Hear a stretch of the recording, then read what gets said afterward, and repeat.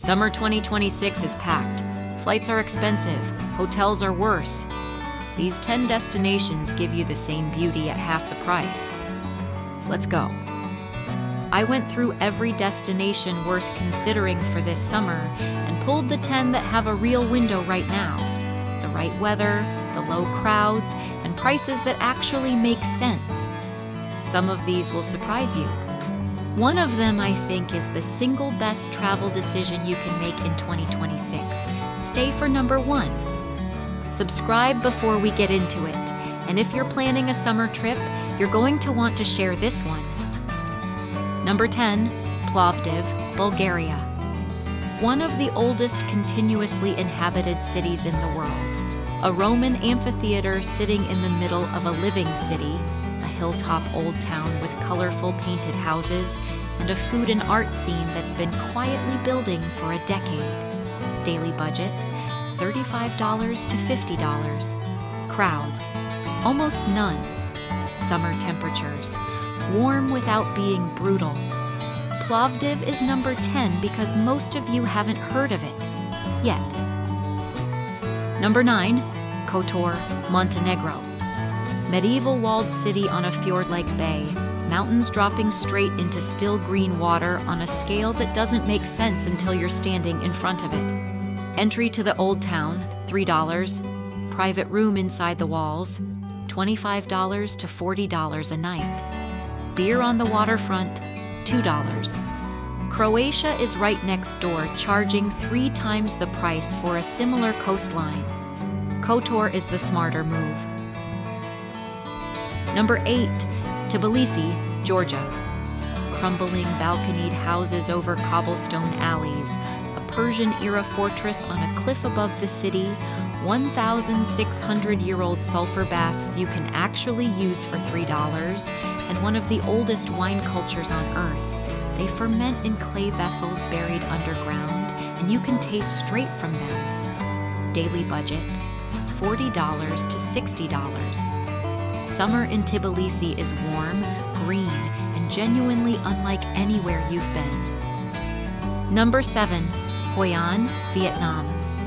The ancient town fills with paper lanterns every night, and the streets are the kind of beautiful that makes you stop walking just to look at them. June and July are actually the dry season in central Vietnam. While the north and south are getting rained on, Hoi An is clear, warm, and quieter than peak season. Ancient town pass, $5. Full day's food, $8 to $12. Private guest house room, $20 to $30. Hoi An is the most beautiful small town in Southeast Asia, and it costs almost nothing to be there. Number 6, Ohrid, North Macedonia. One of the oldest lakes in Europe, water so turquoise it looks digitally enhanced.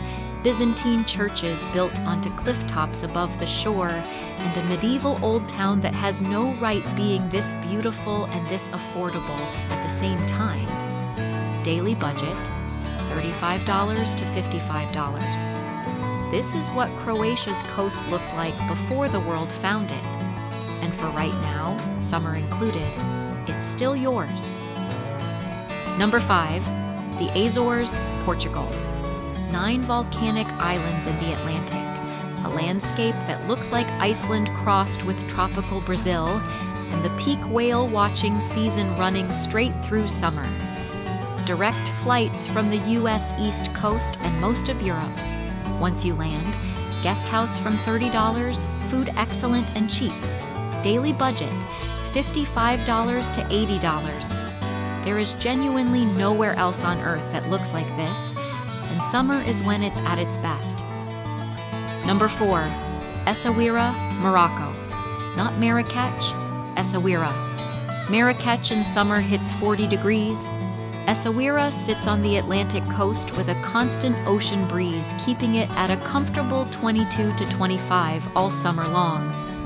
White and blue Medina walls, a working fishing port, fresh seafood at the harbor for $4 to $6, a Riyadh guest house from $30, and almost no international tourists because everybody else went to Marrakech and melted. Number 3, the Albanian Riviera.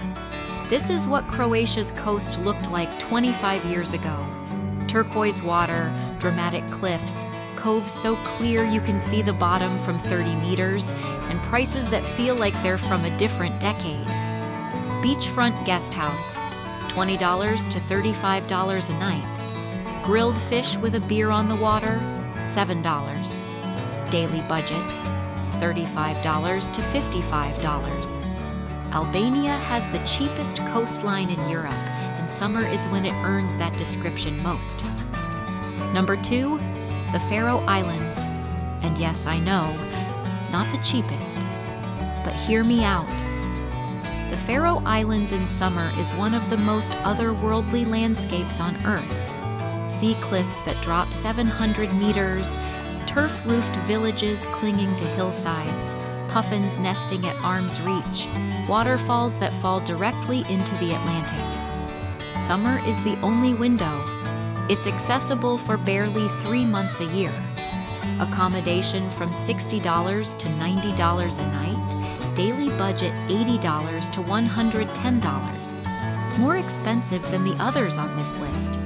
Worth every cent of it. And number 1, and I'm not just saying Kotor this time, I'm saying all of Montenegro. Because here's the thing about Montenegro that most travel content misses. It's essentially 3 completely different countries in one small space. The Bay of Kotor, fjord-like, medieval, extraordinary. The Adriatic coast around Budva and Sveti Stefan, some of the most beautiful beaches in Europe. And then 90 minutes inland, Durmitor National Park, the deepest gorge in Europe, glacial lakes, mountains that don't look like they belong next to a beach resort. Daily budget, $50 to $75. Accommodation in Kotor Old Town, $25 to $45. National Park entry, $5. Beer on the Bay, $2. And in summer, specifically June and early July before the peak crowds, you get all of this with enough space to actually feel it. Montenegro is number 1 because it gives you 3 trips for the price of 1, costs half what Croatia charges next door, and still feels like somewhere most of the world hasn't found yet. That combination doesn't last. Go this summer. 10 destinations, all of them extraordinary, all of them significantly cheaper than the obvious summer choices. Drop in the comments, which one is going on your list? And if you've been to any of these in summer specifically, tell me if I got it right.